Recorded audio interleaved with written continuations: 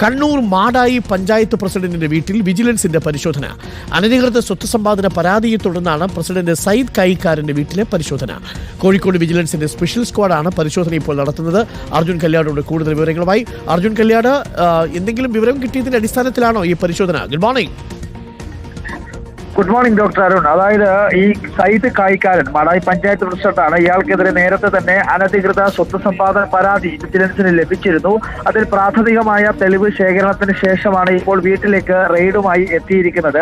Kozhikode വിജിലൻസിന്റെ special സെല്ലിൽ ഉള്ള ഡിവൈഎസ്പിമാരായിട്ടുള്ള സുരേഷ്, രമേശ് തുടങ്ങിയിട്ടുള്ള ഡിവൈഎസ്പിമാരുടെ നേതൃത്വത്തിലാണ് ഈ പരിശോധന നടക്കുകയും ചെയ്യുന്നത്. രാവിലെ 6 മണിയോടുകൂടിയാണ് മാട്ടൂൽ നോർത്തിലുള്ള ഈ സയ്യിദ് കായിക്കാരന്റെ വീട്ടിലേക്ക് എത്തുകയും ഈ പരിശോധന നടത്തുകയും ഉണ്ടായിട്ടുള്ളത്. ഇപ്പോഴും അവിടെ പരിശോധന തുടരുകയാണ് എന്നുള്ളതാണ് മനസ്സിലാക്കുന്നത്.